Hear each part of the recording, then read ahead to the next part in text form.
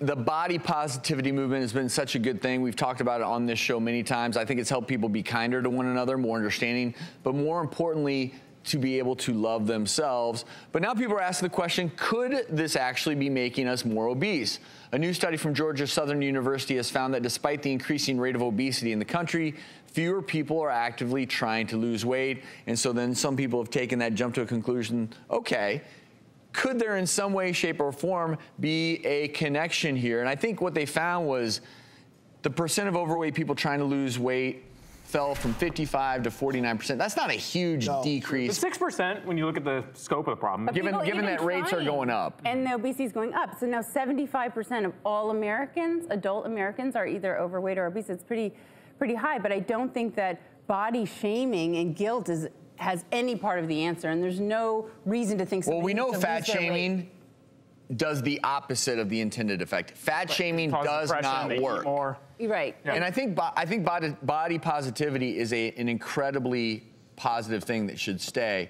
But you need to entwine. But you also have to talk about health positivity. Well, and that's the difference. People come in different sizes and shapes, and being bigger, if you're healthy, is okay. We've gotten to a place where I think we've come to a realization, and we talk about it on the show all the time, how smoking, such a massive publicity campaign to talk about, hey, if you smoke, you're going to die sooner, decade plus sooner.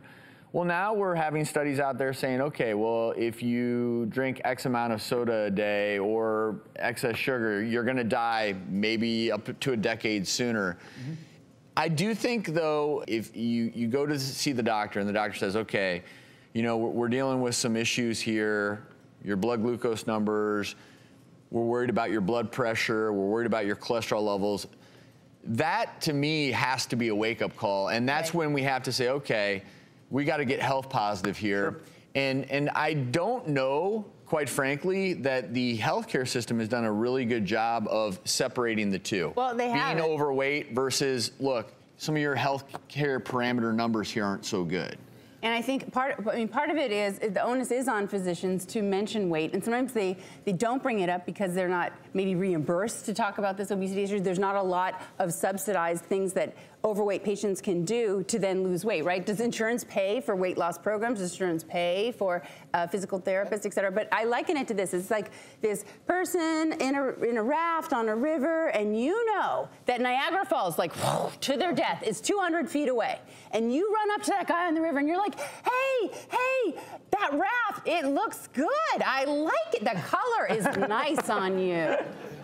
Well, you don't mention the waterfall, the thing that is going to bring about heart attacks and diabetes and their early death. It is our job, but it's a very difficult problem, and it's a very complex thing. It's not just, okay, well, you're overweight, get in the scale, oh, you're overweight, in fact, you're obese according to your BMI.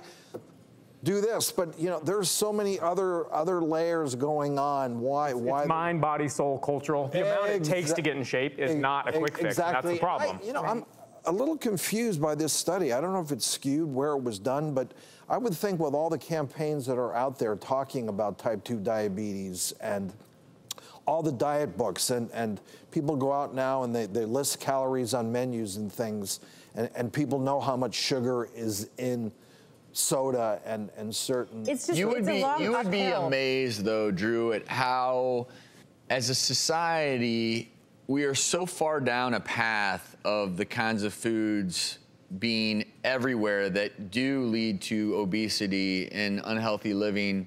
And it's so easy to me to still get confused by what's really healthy for me. We still have food debates on this show. Sure. Should I eat eggs? Should I not? Go with the arugula oil, and good or not? You can't go wrong. Well, but I think the takeaway here to me is I don't know that it's the body positivity movement has anything to do with this. The healthcare system as a whole does not do a great job of addressing obesity, the disease risk factors. It just doesn't. And we do ignore, in some cases, the Niagara Falls, and at our own peril in some ways. And if you look at doctors across the board, a lot of doctors are in very poor health. Absolutely. So it's very hard to preach to your patient, you know, hey, you need to not be obese, you need to not do this, this, and this, when, you know, we are just a sample of the average population. I don't think there's any health advantage of being a doctor.